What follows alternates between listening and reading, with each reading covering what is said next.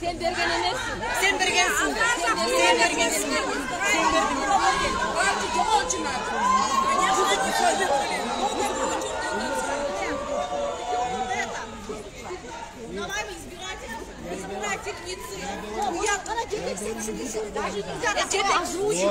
Даже озвучивать такое нельзя говорить. Я сказал, что такое не пройдет никогда. Не переживайте, я вам Не слушайте этих людей, игнорируйте, Дежурные бабки! Дежурные бабки! Дежурные бабки! Sizler akçağa satılgan. Sizler akçağa satılgan. Жүрген мигранттарыбыз айтып атат. Биздин шаарга келгенде иш менен камсыз болбой калып, алар өлүп келип атат бүгүнкү күндө. Алар бүгүнкү күндө эч кандай айлыктарын ала албай калып атат. Ошол биз дагы мисалы бул ойда Европа мамлекеттеринде, Америка мамлекеттеринде 21 жашта. Biz 17 yaşlar, 18'de Çırak'ta kızımız bağırıp kordolup kalmasın. Migrasyon komiteti, депутаттар bir oşularda şartlar düzgün oldu. Ova biz alar var okusa makul, okusun, ama iştese makul, iştesin. Yok memleket korku kalış gerekti. Dışkı İşler Ministerliği gelmeye oturar. Oşol hiç kim çektiğin yok. Kanka sen hiç kim çektiğin yok. Seni biliyor her konu. Sen hiç kim çektiğin bir yerde. Durasını aytıp isti duramız gerek. 18 yaştagi Çıraktay kız barıp al jerde söөгү келип атканына өкүнүп атабыз. 18'degi kız barıp чет өлкөдө иштей албай, ал жакта жумуш менен камсыз боло калганына өкүнүп атабыз. Бүгүн ата-энесинен качып кеткен кээ-бирки жарандарыбыз бар. Ошол жерде siz алардын барып ишсиз калып, узулуп кетип, ал жерде içkilikке берилип кеткендин укуктарын коргобойсузбу? Siz özünüzün ücretinizi bana cevap verin. Biz el öpüldörü, gelgen eldin ündörün çıkarıp açışımız gerek. Hakkımız var. Sizde ününüz, siz kalasanız çeçin olan deyip ekensiz. Ben kaynenege çay kuybayım deyip ekensiz. Ben çaçımdı kalağına bol. Öyle veriniz.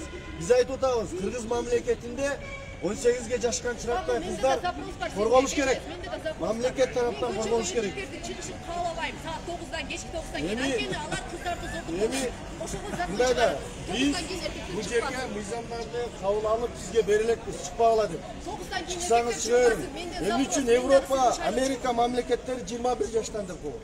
Biz азыр мыйзамды кабыл элекпиз. Biz депутат катары оюбузду айтып атабыз. Мына жака Россия Федерациясында жазып аткандар толуп атат. Мына жерге келип кыздар кордолуп кетти.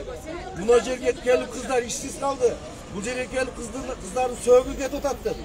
Ошол улуттун эртеңки келечеги жөнүндө ой айтып атабыз. Вы понимаете, что ваши слова нарушают Конституцию, права человека?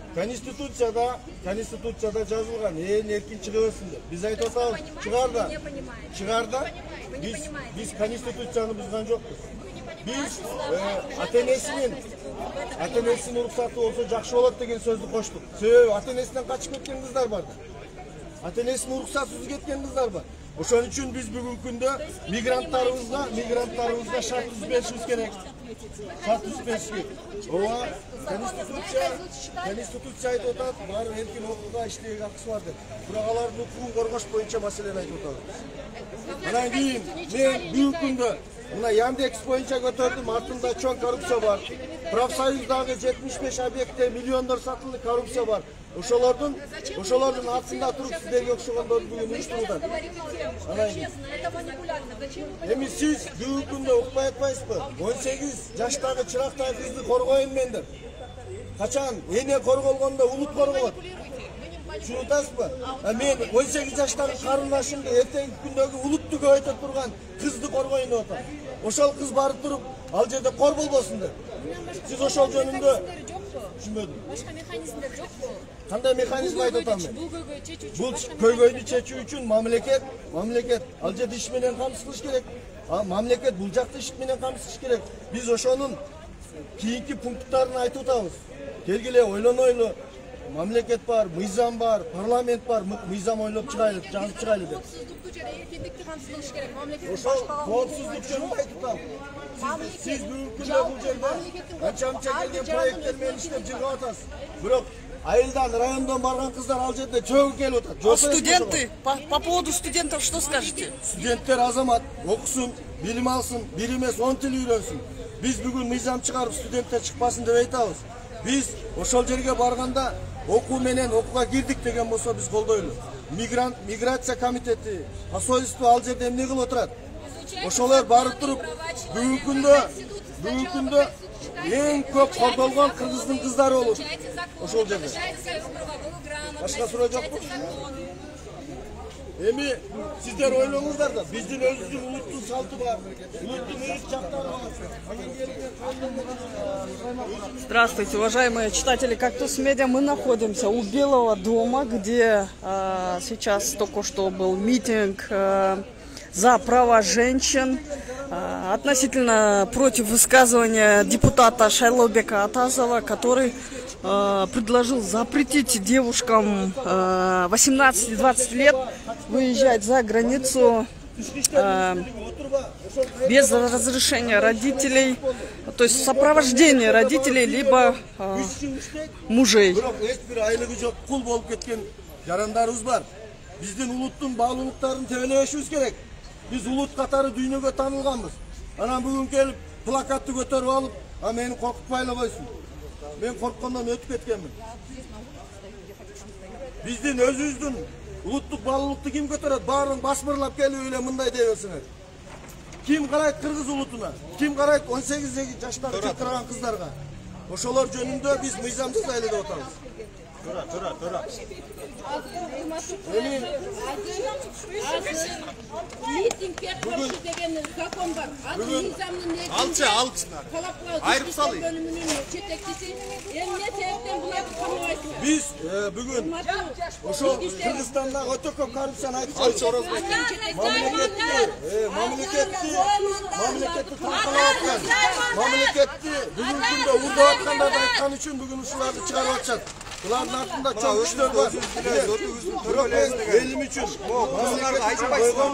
Ошон үчүн иштейм деп атам.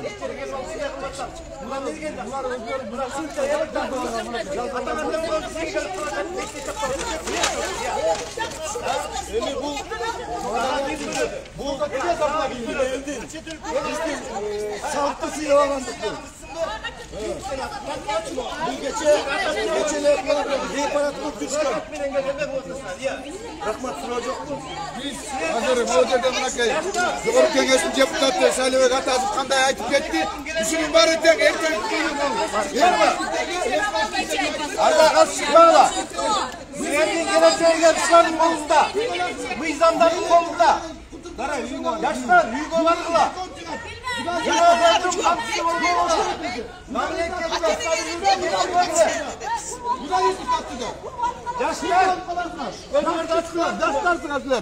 Силер бизге кайдыгер эмессиңер. Силер биз басып өткөн жолдор басып өтөлөсүңөр. Көзүңүздү ачыңыздар, жаштар алтындар. Эти кыздарды аябап кандай гана элдин барасың. Уяттылыктын баарын 5 жашка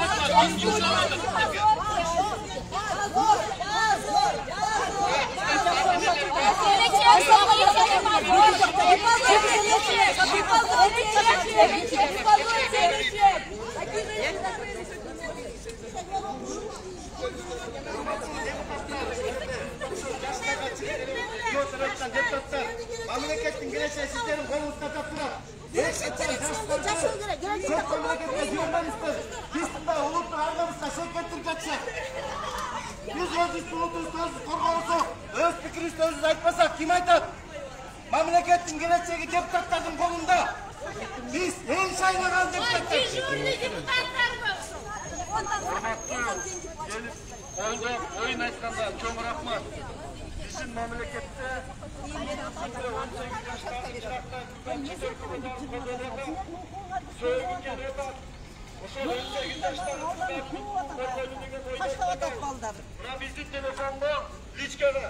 Bizi bir on aytып үйгүтүп келгенimiz жок. Men иштерим менен келдим эле.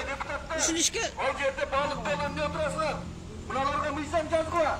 Metroda, түнкү клубда, казинода айлыгын ала албай кодолуп жүргөн кыздарды ким коргойт атат? Мамлекет ошолордун келип иш менен камсыз кылышын. Алардын келип бул жерде айлык алышын карап келеді. А биз чыгарбай коелу деген маселе эмес. 18 жаштары Уважаемые читатели «Кактус Медиа», мы вам напоминаем, что находимся у Белого дома, где проходит митинг против высказываний Шайлообека Атазова, депутата Шайлообека Атазова, который предложил не выпускать из страны девушек 18-20 лет без сопровождения мужей или родителей. К митингующим вышли вот женщины в величеках и сам депутат, его депутата освистали участники митинга, и то, что и обвинили его, что он нарушает Конституцию, во-первых, ограничивая права людей, во-вторых,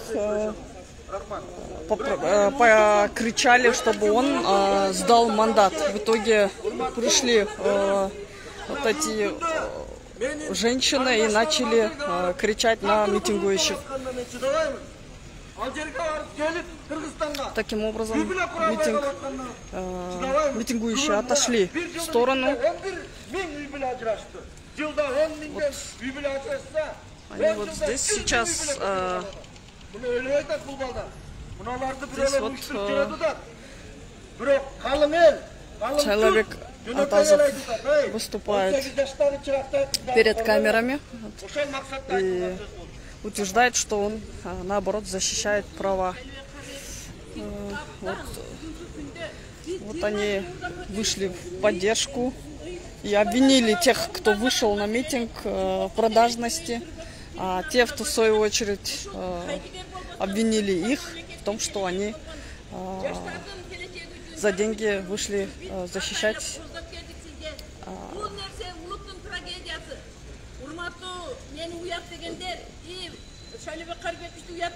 депутата. Таким образом, вот здесь находится человек, который порвал плакат с требованием, вот еще один мужчина, они порвали плакаты митингующих с требованием «Сдай мандат», Атазов «Сдай мандат». И, в общем,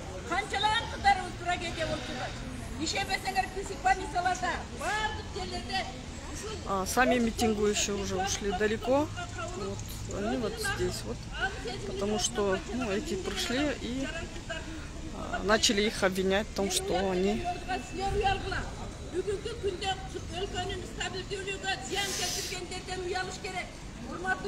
они уже перешли на политику.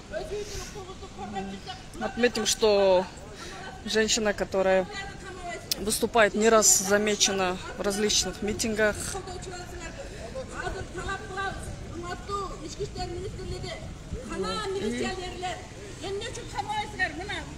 Их снимают. Также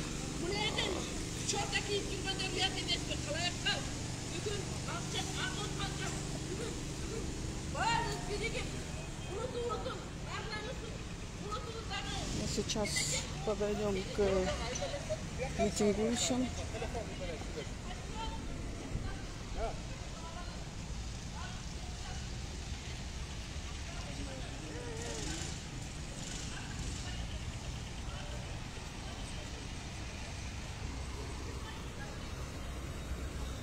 Депутаты уже вышедшие уже зашли.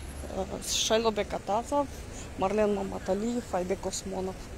Они втроем вышли к митингующим. Однако Атазова участники не стали слушать, потому что он начал свою речь с того, что его ждут Пакпасого и поддерживают очень много избирателей. Вот, и митингующие восприняли это как угрозу в свой адрес, что очень много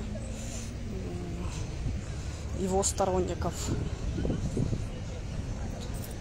Здесь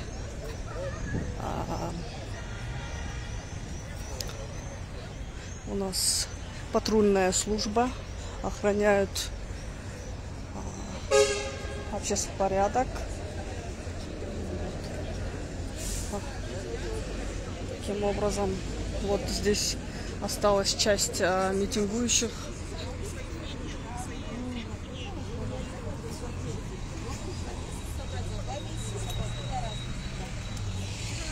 По поводу правительства. Ты мне скажи только это, кто вот этот депутат посередине? Айбек Усманов. Да, вот. Скажите, пожалуйста, вот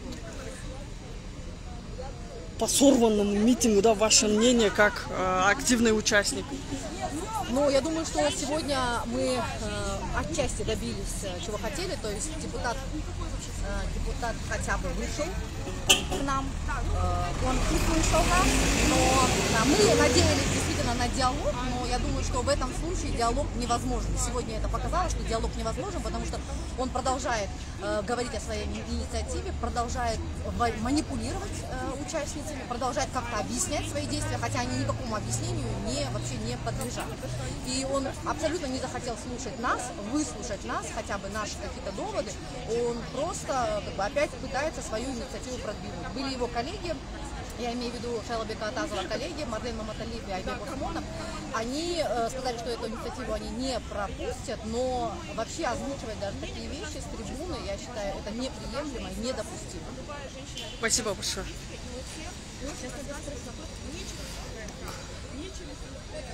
На этом, наверное, митинг завершен. Спасибо, что были с нами. Всем до свидания. Пока-пока.